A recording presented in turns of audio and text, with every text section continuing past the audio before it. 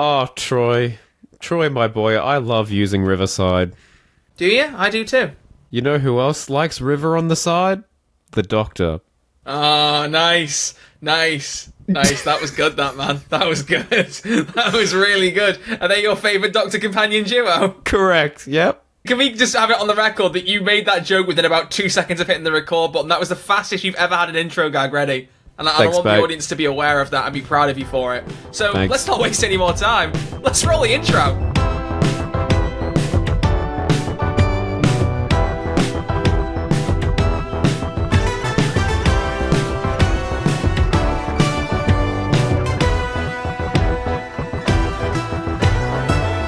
Hello and welcome back to Who's There, a Doctor Who podcast. My name is Crispy, his name is Troy, and we're the hotline that accepts your calls from anywhere in time and space. And today we're talking about the Docky, we're talking about the companion-y, and we're talking about how well they get along together. It's best Doctor and companion duos, and I'm here with my partner in crime. It's Troy, Red Archer Live. How are you, sir? Oh, we're the best Doctor companion duo, really, aren't we? We should just go home. That's it now. That's we it. are home. It doesn't really work. That is it. Doesn't really work. Go But to how sleep, are I you? guess. I'm alright, man. How are you doing? Yeah, I'm alright. I'm doing okay. You alright? Yeah. You just woken up? Yeah. Yeah, he's just woken up. he's still revving up. I'm surprised you haven't made a comment about my change of appearance today, sir. Yeah, Troy, where the hell is your the hat you wear? Yeah, well, I have several hats. I was going to wear a hat, but I actually just kind of liked how my hair looked today and went, you know what? I'm just not going to wear one. You are looking fantastic, sir. You're looking brilliant. The forehead be foreheading, if we're Icon. being serious, but the hair be hairing as well. Dude, same here. We're just a bunch of beautiful boys. Bunch of beautiful It's boys the camera. today. I've said this before. Like, I have a pretty big forehead generally, but my camera makes it look like you could land a plane on the thing. It's ridiculous. It's crazy. I had a couple hours at Liverpool Comic Con earlier, and it was really nice. And my hair looked really good when I styled it for that, and then it stayed good. And I was like, oh, okay, I'll just do it on the podcast. I'll look good to impress you. That was the main thing. I wanted to blow you away. Thank you. Well, tell the people how the Comic Con went. Oh, it was really nice. We were only there for a couple hours. It was a flying visit. My mum got to meet the last couple of people out of Supernatural she hadn't met, which was lovely. And I got to meet the last few people out of Baldur's Gate I hadn't met, which was lovely. So, Ding. Closing of some chapters, it's beautiful. Wow. It's beautiful, man. Wow. Well, how about we start some new chapters? Because we got so many damn calls in today. We've got a lot in. I mean, to be fair, we kind of asked for some calls in quick because we were planning to record this right after we put the call out, and it's now a week later. So everyone's called in. We got loads of options, which is great. It's really, really nice. So we're going to go through them and see what you all think are the best Doctor companion duos. But Crispy, do you remember why we picked this topic, why I suggested it? Oh, there was something on Twitter, right? There was, as most conversations often start, as they often start. And don't forget, I did mention last week, I will briefly mention my interaction with Mr. Stephen Moffat. I'll leave that to the end of the episode for drama, because oh my god, watch time. Don't skip to the end, please. But yeah, there was a tweet. Someone made a comment about the exit scene for Ruby in Empire of Death and said that Ncuti and Millie were potentially the best Doctor companion duo the show had ever had. And of course, the Twitter community were very nice about it and respected someone else's opinion and welcomed it and said, you know what, we value you for your... No, they didn't. They just completely attacked the person, called them all sorts of ridiculous hate-driven comments. It was ridiculous. So we just went, you know what? This is a safe space. You want to know what your favourite companion and Doctor duos are, because there is no right or wrong answer. Unless you say 12 and Nardole, in which case you're wrong. No, I'm joking. I like Nardi. We've been there. I told you I like Nardi. I like him. Prefer Bill, but I like Nardi. Okay. The only incorrect answer is actually the 11th Doctor and James Corden. Whoa. Just get them out of my system, man. Just get them out of my system. Oh my goodness. You know? Oh my goodness. It's closing time on these terrible jokes. Crispy, should we take a caller? Yes, we shall. Let's do it. Here is a caller with an opinion that I can guarantee we won't hear for the rest of the episode. Here we go. It's Mr. Scarlo. Obviously, the best Doctor companion duo is Ten and Donna. The chemistry and banter they have together is off the charts, and you've got really funny moments like in Unicorn and the Wasp, Partners in Crime, where they have really silly things going on, but they've also got those really, really gritty moments at the end of Midnight or in the Fast Pompeii, where they have the blend of their two together just makes them the best TARDIS team ever, in my opinion. Well, well, well. 10 and Donna. We've said it a million times before. They are probably one of the most popular Doctor and companion duos ever. Wouldn't you agree, Troy? Yeah, but I don't think they're the best one myself. What? I prefer 14 and Donna myself, you know? Oh my gosh.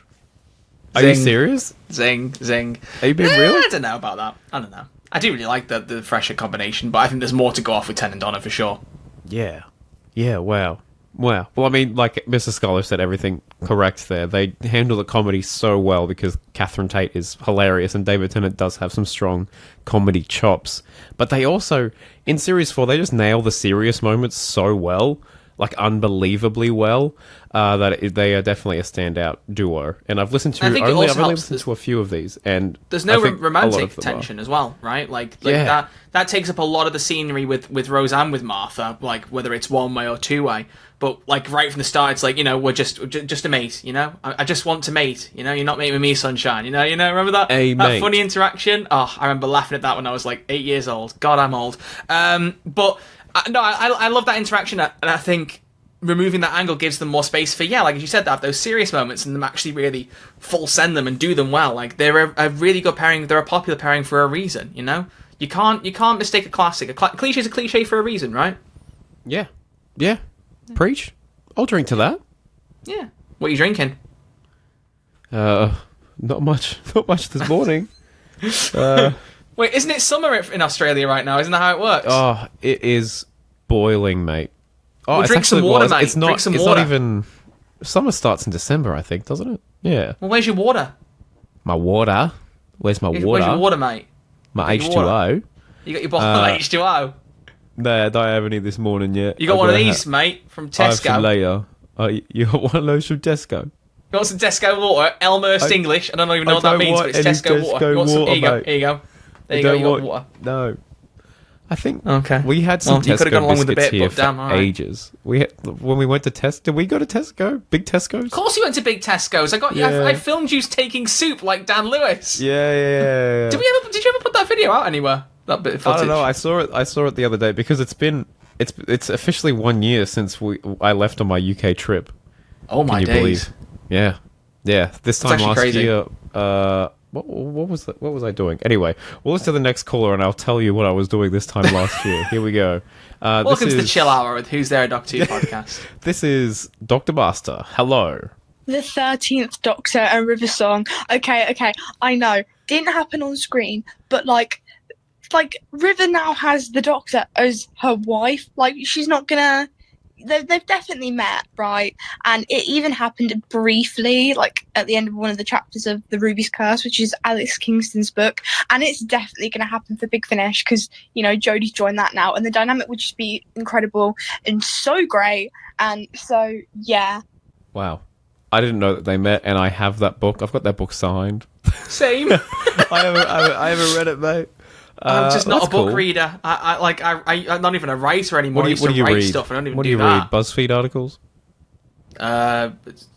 Blocks of text in a video game like Life is Strange. The subtitle? God, that's sad. Crispy, what's the thing I've always said to you about 13 and River? Oh, they're just tip-top, and I love them so much. I don't know how you know that, because they never appeared on TV together. Yeah, it's ridiculous. Literally, since the day, my mother will attest to this, the day that Jodie was announced, I said, I cannot wait to see River's reaction to her husband becoming her wife. That is the easiest episode you could ever write, and they never did it.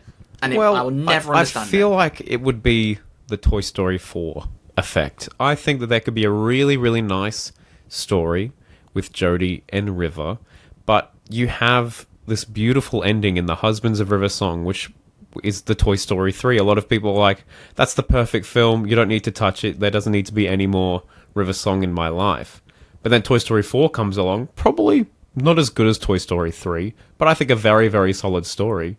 But I think that people would be mad if they brought back River, even though there is grounds for it to be an entertaining story. Troy's shaking his head in disapproval as my Toy Story 4 thing. He doesn't like that film. We've talked about this before. Yeah, Toy Story 4 should not exist. And 5 coming? Oh, let's 5's not go going to be there. great. Five's going to No, be it's fantastic. not. No, it's not. I hope it is, because it would justify 4's existence, because right now it can't justify its own existence. There is one advantage of River Song with 13 that a Toy Story 4 doesn't have. River and the What? Doctor meet in the wrong order. And they could write a story where River meets 13 in the middle of River's life, and for some reason she doesn't remember that particular event, and that's why she doesn't have Jodie's photo when she meets Capaldi the last time. Because that's the only thing you got to be aware of. She had a list of all the faces and she wasn't there. I feel like the story would have to, like, Jodie would have to pretend to not be the Doctor, and I don't know if I want that. No, she could be the Doctor. That's what I'm saying. Like, that she could meet the Doctor and find out that she's a Doctor. They could have some great chemistry, but for some reason, by the end of it, River would have to forget what happened. Yeah. And then it's just like we get mad. That's the whole reason we don't like, well, you don't, one of the reasons you don't like 73 Yards, because it has no bearing. It doesn't do anything. Doesn't develop Ruby's character, but River already has a developed character. Different thing. You get a good ride out of it. I'm happy with that. Plus, it's still got the Doctor in it. If River had an adventure on her own and she forgot at the end of it, I'd be like, yeah, what's the point? But if the Doctor still gets something out of it, then that's enough for me. Yeah, fair enough. This is me last year. I got interviewed for the BBC. Oh, that's a blue box. You're outside a blue box, sir. Where is... I can't remember where that blue box is. Where is that? The UK. Gosh. Yes, it is in the UK. Earl's Court. There you go. Thank you very much. Next caller. Yeah, it was very, very good. Here we go. Next caller. Let's have a look. We've got a lot of callers, in fairness. There's a lot here. Yeah, you said you haven't checked. Should we just blind fire one? Pick one out randomly. Ray. Hello, Ray. Hi, this is Ray. For me, the best Doctor companion duo is undoubtedly the 10th Doctor and Donna Noble. Their on-screen chemistry is just great, whether it's for the fun moments or the more serious ones. Dr. Donna just works so well for me. So yes, that's my choice. Dr. Donna. Okay, so that's What two a votes, completely 10 and rare Donna. take that we're never going to see again. Here we go. Let's listen to Zach. My favourite Doctor companion duo is Donna and Tennant. I mean, you don't get better than that. A common complaint about Shooty and Millie is that they don't have enough banter, and that's exactly what Donna had with 10 and 14. That's the reason why they chose to bring those two back for the 60th. But on the topic of the 60th, my next favourite has got to be Sasha Dewan and Yasmin Khan from The Power of the Doctor, just for the memes. Oh, wow. For the memes? For the memes. That's a Did you pick volatile that on relationship. purpose? You did, didn't you? What? That I knew it was going to be 10 and Donna? Yeah, that last one. Yeah. I set it up. Yeah. I set it up. But the Oh, rest he I set it genuinely up. have no idea. But Look we're, at Crispy. we're currently Look at him. 3. He sets everything up. He orchestrates it. Yeah, there's going to be a lot of 10 and Donnas. And that's fair. Would you say 10 and Donna is your favourite Doctor Companion duo, Crispy? Okay, Well, you know what? Share with the class. Who is your favourite Doctor Companion duo? Oh, it's tough, isn't it? It's real tough. I've got a real soft spot for 12 and all his companions. I can't choose there. You got to pick one. I think it's got to be the one that brought me into the show, not James Corden, but 11 and Amy. That, it's fantastic. The chemistry is off the charts. It's fantastic. I just thought it's a really, really sweet story, and I feel like we haven't really. I just think it's one of the more interesting companion stories in New Who. The fact that Amy had this imaginary friend and she had to go to therapy because she's like, no, it was real. It was a real thing that happened. We had fish fingers and custard. You got to believe me, right? I just think it's a really, really sweet, touching story. There's a few things that don't work, namely the end of Time of Angels. But apart from that, I think it's a clean sweep. I really Even enjoyed Stephen it. Moffat said we just ignore that. So exactly. It's fine. But yeah, that's probably my favorite. Should we save your favorite for a few callers' time? I mean, sure. Yeah, we're gonna add some suspense to what will be a very surprising answer. Ooh, I know what it is. Shocking. I know what it is. I wonder what Atticus Mountford has to say. Oh, well, dude, I have all the power to give you that information. You ready? Can you give me that information? Let's do it. This might be a bit uncommon one, but I honestly think Sylvester McCoy, Travis Oliver, and Yasmin Bannerman have a really good chemistry in Damaged Goods, the audiobook by Big Finish, because Chris and Roz and McCoy are legendary together. And that's the first time I ever got into Big Finish was Damaged Goods, so it's really held close to my heart, actually. Although Shooty and Millie are my favourite, I think these three just have an unrivaled chemistry. Anyway, have a great one, lads. Wow. Wow. Damaged Join goods me on a is fun so little game, popular. Crispy. I'm just gonna Google definition of duo. Oh no. Hey, don't go weird on Atticus. No, I just wanted to check. A pair of people and things, especially music or entertainment. I thought so. Why were there 3 people? Well, sometimes a duo is more than 2. That's a trio, sir. You know? And if you have one more than that, you got a lovely car in the 1980s that was an Ashes to Ashes, a great TV show. Okay. Quattro. A quattro. Someone out there will get that. No, that's a real left field. Not only is it not even a duo, it's a Big Finish choice. That was an unexpected one. Yeah, it was published in 1996. I think it was a novel, and then they did a version for Big Finish. I think The that's name what I'm did reading sound right familiar. now. I did wonder. Apparently, it's ridiculously good. I think I'm not sure if one of the 50% boys or snares have read it. Someone has in my life and said it was ridiculously good. So good choice, Atticus. Well done. And yeah. No, Be careful with the other opinion, though. They don't like saying that Shooty and Millie are good. They don't like it. I think they're good. They could be better. Well, I mean, That's my hot take. I personally really like them. That's just me. I think the way to fix it is have 70 episode seasons. I think that's how we're going to fix it. I'm sorry, Crispy. You just said that we should have had more episodes of Shooty Millie in the first season. Is that what you're saying? Yeah, I'm saying 70 episodes. That's the correct amount. No, I'm just checking because I seem to remember you saying that the number of episodes wasn't a problem, sir. I know. That's me joking. I'm giving you such a ridiculously large number because everyone's like, "Oh, we need more episodes. Large. We need more episodes. Let's give it 100 episodes a season, and then we'll finally get some development." 200. Come on. 200. How many episodes were in the average season of Classic Who? If we're going to push this. Average number of the stories episodes. were like, what, 5 or 6? So exactly, that's all why I'm like thinking it's got to be like 30, 40. Okay, I like the wording on Cora. The episode count did kind of vary through from, say, 20 episodes to 25 to 26. Okay, so yeah, yours was still outlandish. Yeah. Damn. There was me thinking that we were about to be like, hey, that's a Classic Who season, but no. My Doctor Who classic knowledge is lacking. I apologise, folks, but 140 episodes in, or how many we're doing now, it's just a recurring feature every week that I forget the number until I actually slap the number on the thumbnail. But, at this point, you're used to us. You're used to our energy. You're used to what we talk about.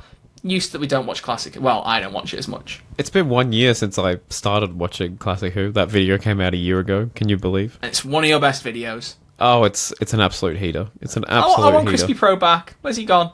Oh, I don't know, man. It's so hard. It's like genuinely actually hard to get videos made now, going back to full time, which is sad, but yeah, we'll see what happens. I need to find that spark, find that motivation. Yeah, I want to see that one video that you told me podcast. about like 6 months ago that I wanted to watch. I was really excited for that. It's like 90% there. Oh, good. I'll do it this week. Listen, man, if I can help you at all, you just give me a shout, you know? You can finish the edit off. You guys just for step me. out the room for a minute. It's just besties being besties for a minute. You know, I got you, man. You need anything, you Thanks, just give me a brother. shout, yeah? Thanks, mate. Appreciate it. Yeah, it's all good. It's all Thanks, good, man. dude. It's all good. Let's see if Mateo can lift our spirits right now. Hello, Mateo. My spirits are lifted, sir. What do you mean? Mine are not. Boring answer. Probably 12 and Clara. I love them together. Iconic duo. We love them being toxic. But my actual answer that you guys will not be able to talk about, because you're not into Big Finish, the 8th Doctor and Charlie Pollard. Oh my god. It's messed up. In like a good way. Listen to the audio dramas, I beg of thee. That is all. Wow, our second Big Finish mention. Troy, I'm fine. Don't worry about it. I'm scared, man. Are you okay? Yeah, I'm good. Yeah, I'm chilling. We got a 12 and chilling. Clara, though. We got a 12 and Clara. Ding, ding, ding. Ding, ding, ding. So we've had a couple of different Doctors already. So we're getting a bit of a mix. I'm glad to hear it. Oh, we got two big Finish. So well done, Big Finish. I'm proud of you. You kept the show Well alive. done. Shout out Big Finish. We know they're Shout listening. out Big Finish. Let's Shout just out Nick keep going. Briggs. Let's just smash through these. I really want to see how many 10 and daughters there are. Yeah. Let's just All right. let's just see what people are thinking. Torchwood 5, what you got? Hi there. So my actual favorite duo is 10th Doctor with Donna, but I'm pretty sure that everybody will say that. Correct. So I will say Capaldi and Bill, mainly because Bill has this youthful energy. She's like very innocent, and Capaldi at this point is after a big trauma. And I just think that Bill complements his character very well. Well done. Well done. Do you know what we Pulled should out have the done, Chris? elephant We in should the have played bingo and see if we could cross off all the Doctor Companion duos and people called in. That would have been good. Next year. Next It's always next year. There's always I love next giving us year. ideas for 50 episodes in the future. Yeah. Good grief. Another one then, 12 and Bill. So we've had 12 and Clara, 12 and Bill. We've had Shooty, 15 and Ruby, 10 and Donna. Have And we a had bunch of 11 and Big Amy, or Finish. that was just you? That was just me. I really Okay, hope someone okay. else says it. That'll be sad if no one else in this damn Yeah, there's got to on be this someone damn else. show says it. If I had to think about my top three, I really would struggle. Like, it's a tough one because there's not really a duo that I dislike. You know what I mean? Like, it's kind of just it's like a choosing between your children situation. But I like 10 and Donna, obviously in the top three, probably my favorite. Like, let's not beat around the bush there. Probably 11 and Amy. After that, I think for me, like that combination is like. It's fantastic. I wasn't it's a great expecting that. combination. I don't you? know, man. It's hard. And then I'd probably be torn between 10 and Rose, 12 and Bill, and 15 and Ruby. 15 and Ruby are high. I like the interaction already. Like, I really like Shooty, I really like Ruby. I just don't think we got enough of them. I'm still in the camp that season 1 just didn't have enough moments with them, and more episodes could have hopefully fixed it. But We just needed 1 or 2 moments in the TARDIS. Just them chatting. I think you know, so. make the use of that budget, Ross. I mean, that TARDIS cost you a hefty quid to make. You know, a big old pound coin. You got Did you to get see- your money's worth, fella. Did you see we're supposed to be getting some deleted scenes soon? From Oh, Doctor yeah. Who? Oh. Did you see that? Yeah, Wait, what's that face for? Well, I have the attitude that a lot of people have, which is why weren't they available when they actually released these for home media? Oh, because physical media is dead. Everything's Yeah, but they streaming also now. released it for ridiculous prices. I was looking back through the Steelbook prices, and 60 quid for the Season 1 Steelbook was a joke. An Ooh. absolute joke. $120 redos, fella. When, like, I mean, obviously the 60th specials only had 3 episodes, but that was 30. The Series 13 specials was 30. I think Flux was about £38, and that was 6 episodes. So, I suppose if you go, or if you break it down episode by episode, it's consistent, but, like, you know, when we were looking at Series 11 and 12s, I don't think they were 60 quid each. And if they were, they still had more episodes, so that's rough. But to not have the deleted scenes on there and then release them afterwards just feels like a slap in the face. I don't know, man. I'm glad, I'm looking forward to seeing them. It's just like, It's you get weird. charged how much for a steelbook, at least slap the deleted scenes on there, fella. Come on. Were there any behind the scenes features at all on the disc? Don't know for sure. The thing is, obviously, we've got BBC iPlayer. I buy them as more of a collector's thing, but it's nice to have those deleted scenes have you on ever there. have you ever used it? The Season 1 steelbook, no. But you have it. Yeah. That is wild to me. That is wild. What, so when you buy your physical Doctor Who copies, do you play them on there? Yeah. Really? Yeah. Oh, Yeah. well.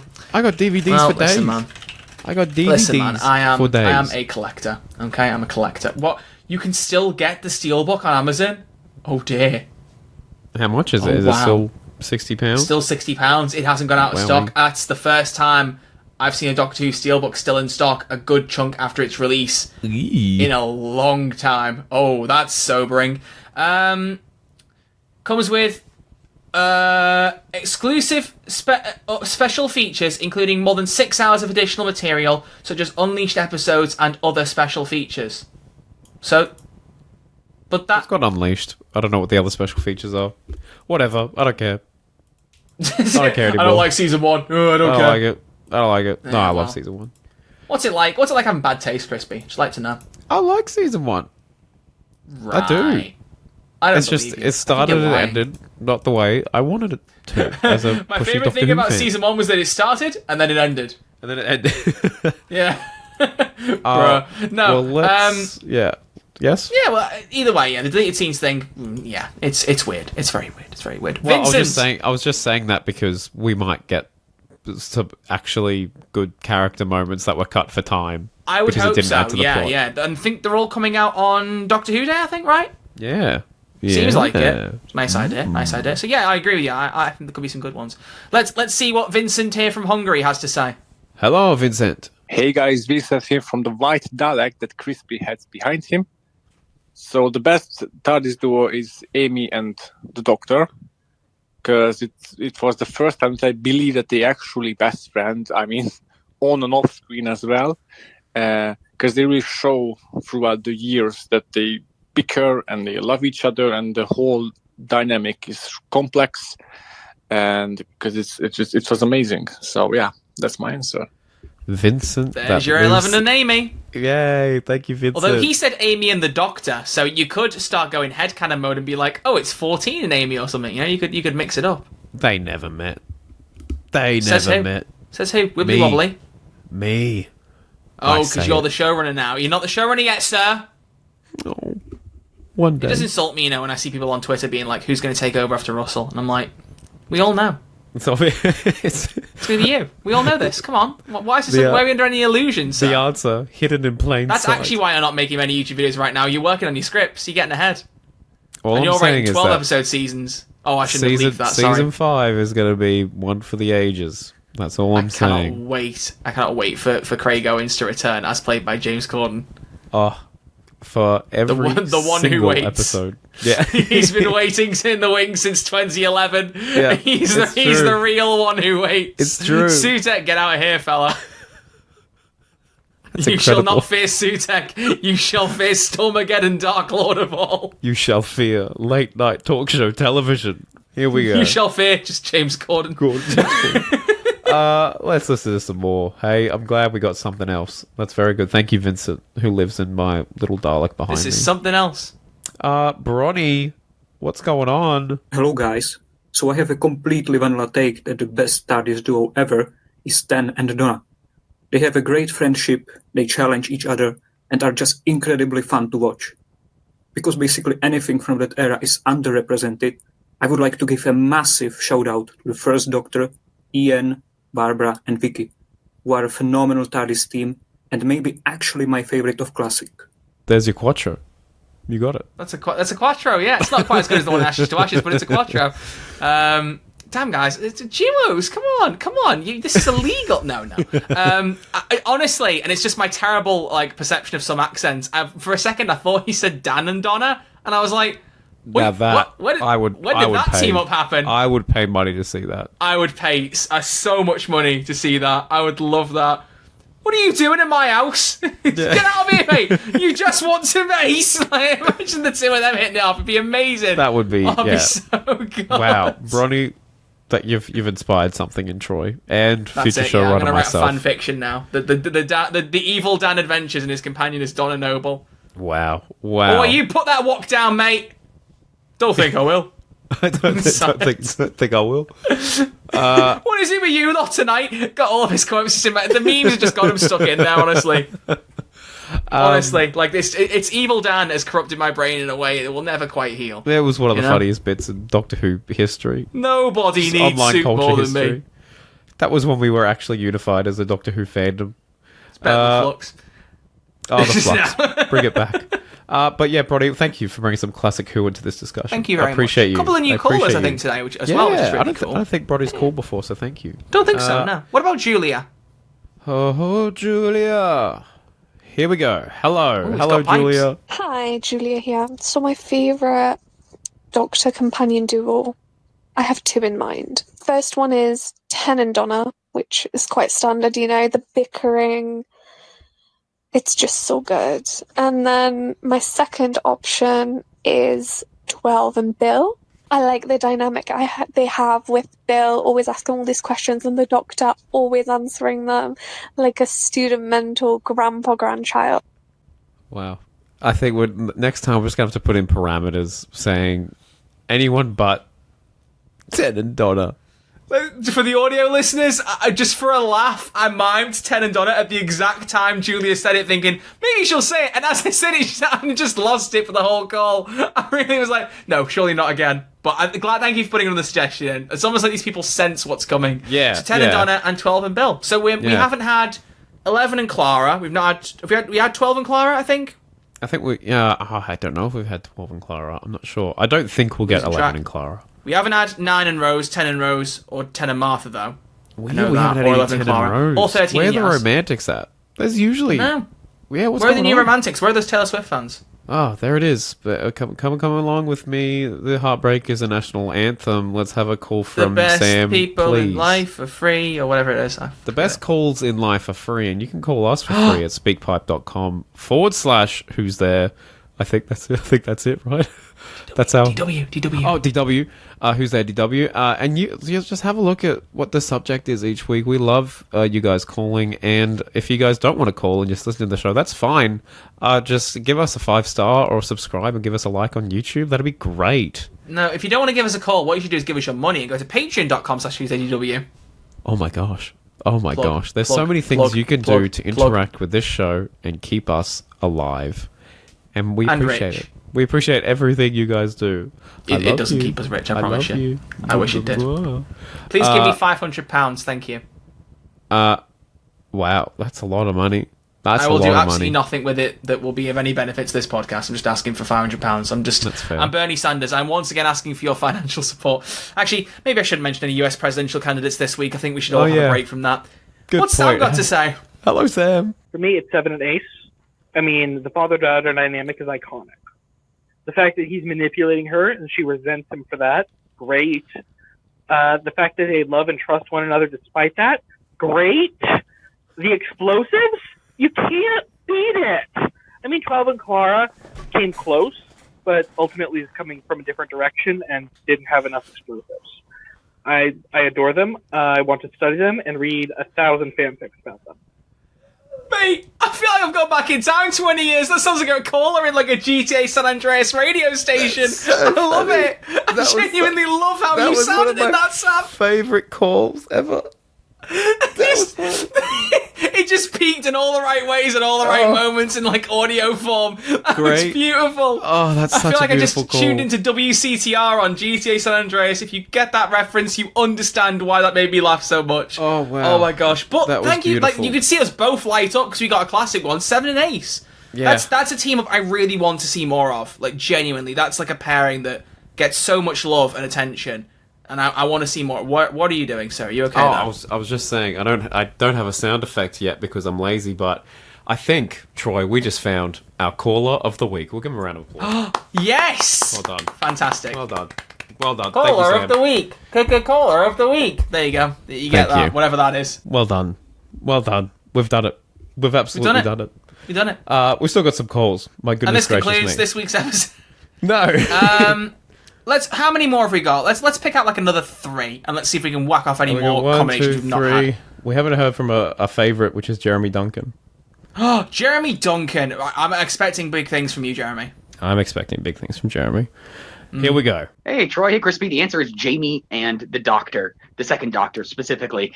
And they're just so funny together. They're like the Laurel and Hardy of Doctor Who. I love this interaction between them. Yeah, Doctor, we got to get away, please. Don't worry, Jamie. It's quite all right. I've localized the explosion, so it'll only be on the island. Yeah, that may be so, but we happen to be on the island. Oh my word! That's the Dominators Part 5, if you want to pull it up. It's great. Anyway, you'll have a great day. Jeremy, wow. I'm glad that Sam got the caller of the week in earlier because you gave us classic, you gave us an impression. You would have been in the hot running for a caller of the week. Wow. Well done. I personally think that his suggestion was a terrible idea, though. What? Why would I go and watch the episode when I've already got a perfect audio recreation of it right there? Exactly. I'm not being funny. That, like, at the very least, I don't quite know what Jamie sounds like, but that Troughton impression was pretty spot on. I was quite blown away by that. That's exactly what Jamie sounds like. That is exactly. And weirdly what enough, Jamie he sounds says like. Laurel and Hardy Doctor 2, but when I googled definition of duo, the example it gave was the comedy duo Laurel and Hardy. Wow. So how's that for wibbly wobbly timey wimey?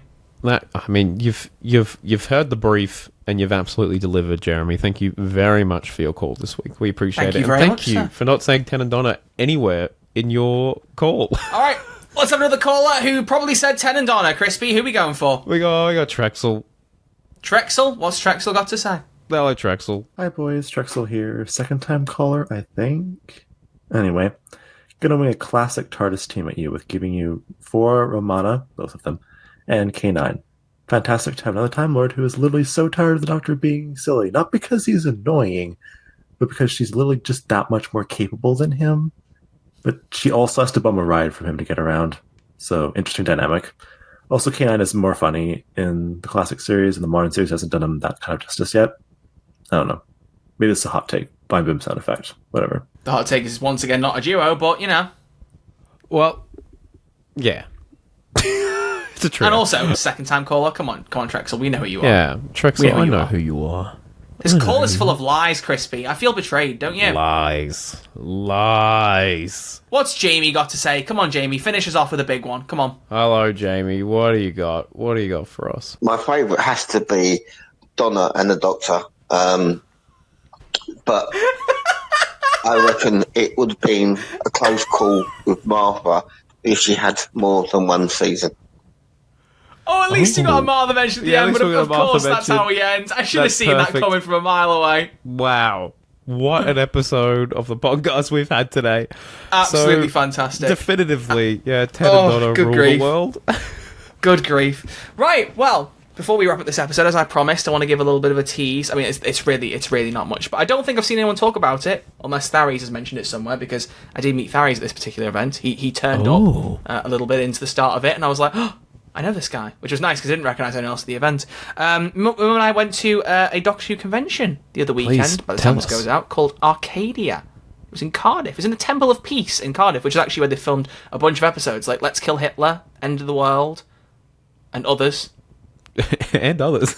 There are multiple episodes. They're just the first two I can think of off the top of my head. Yeah. But there are a few like kind of little one-off Doctor Who characters that showed up and talked about their roles in different episodes. There was one from The Unquiet Dead, one from Forest of the Night. But the big guests were Jo Martin, future Doctor herself, and Mr. Stephen Moffat. Very nice. Tell me more. Well, that was the thing. I saw the advert for him going to a convention and went, he's never done a convention before, has he? And I was like, but going down to Cardiff to meet Stephen Moffat, is that worth it? And I was like, I might do it. Let's see if Mum's interested. And I said it to her expecting her to go, it's a bit far to go, isn't it? And I went, do you want to meet Stephen Moffat in Cardiff in November? She went, yeah. Nice. So we just had a weekend in Cardiff, and it was lovely. It was really nice. We went back to like Cardiff Bay, went to Yanto's Shrine. And I actually did a bit of a recreation Photoshop where David and Tennant is leaning against the rail and Last of the Time Lords. Tried to recreate that. That's what I did. The results will be on my Instagram at some point, instagram.com/FredArcherLive. Please go follow me. Thank you very much. But the point I want to make here, Arcadia was a good, fun convention. I quite liked the vibe there. It was nice. Yeah, there weren't many people. I like those kind of more intimate events. I think the one I mentioned to you in June, I went to that Star Fury one for Ahsoka and Andor, I guess, was really good like that. But Stephen Moffat being there, it was lovely to meet the guy. Watch a talk from him and from Jo Martin. Both of their talks were amazing. But Stephen Moffat did give a little tease for Joyce the World. He said that in pretty much every hotel room you go into, there's always one door you can't go through. And he said, as a kid, like that idea must like fascinate you. What can you do with that door? Where does it go? Is it some forbidden land? Is it some big secret? Well, in this year's Christmas special, you find out what's behind that door. Wow. Oh, Moffat. Yeah. Oh, Moffat. Yeah. He looks around and he goes, that's I was sleeping in a hotel room with that door right behind my head. So I really was like, yeah, I want to know what's behind it. Tell me, Mr. Moffat. It's Shooty Gatwa with a soup or whatever it is. I also got to ask him a question. Oh, I did. This is a twist. You haven't told me this. I thought of a really good one for him. I was like, out of all the episodes that you've written, what's your favourite title? Either the favourite one or the one where you lean back and go, do you know what? That was a good title I thought of. Do you know what he said? What did he say? He gave me a few answers, like Blink and a few other bits like that, but his first response, and I was so happy with it, because it's not a very popular episode, but it's one I really like from him. Any guesses? What, Let's Kill Hitler? Let's Kill Hitler was his first answer. He's like, it's just such a, like, just like, you don't expect it, like, especially after the cliffhanger, and I was just like, yeah, you don't, but it was just such a good choice. Wow. It was just fascinating getting to hear him talk about, like, starting up with Doctor Who and, like, becoming showrunner and some of the decision choices. I think I mentioned a bit to you about how he'd said that the break for Series 6 he felt was good for that season, but thought for Season 7 it suffered because of it. Like, it was interesting just getting some of those insights from him and what was going on, and finding out that Sherlock actually played absolutely no part in the mid-season splits, which was the common conception. Oh, really? What was it? But it was more just scheduling from BBC, like splitting things up because they had other shows on. They just kind of paced things out a little bit and said we're going to split the show up. Like, it wasn't really his decision. Bloody hell! I feel like that like Doctor Who was doing ridiculously well then. What a crazy decision for them to... Anyway, whatever. Wonder if it worked. It must have, I mean, I suppose it did. It was still really popular, right? So yeah, well, I think splitting up Series 7, like, it probably didn't work as well narratively. Oh, I think they made it work well narratively. That's what he said. He but hoped that he'd be able to go straight into part 7 of Series 7, part 2 of Series 7 right after Christmas, but he didn't get to do that. So it was all very disjointed. Wow. I did also, when I met him and got an autograph off him, I got a Silence Pop signed, which was quite cool. We got a Weeping Angel Pop, which was cool. But I also said to him, I was probably a bit too young, but I also really liked Jekyll, because he did a Jekyll adaptation with James Nesbitt. And he went, "You're the one person who watched that." He went, "I finally found him." I was like, that's amazing. Oh, there you go. Cheers. I thought it was quite good. I mean, it was a bit too violent for my age, but whatever. Wow. But yeah, it was just lovely to meet him. I have got a photo with him. I haven't got the digital version of it yet, but I will share it. I'll send it to you first, don't worry. Yeah, got a photo with him. Got a photo with Joe Martin as well. Oh got my the gosh. Fugitive Doctor TARDIS sign. Yeah, it was great. It was nice. Nice little vibe. It was cool. Wow. Well, So, we should. You should. If you get those in 12 days, we should do it for Doctor Who's 61st birthday. You can show me. It'll be a nice. That sounds like a lovely idea. It'll be a nice thing. It would. Well said.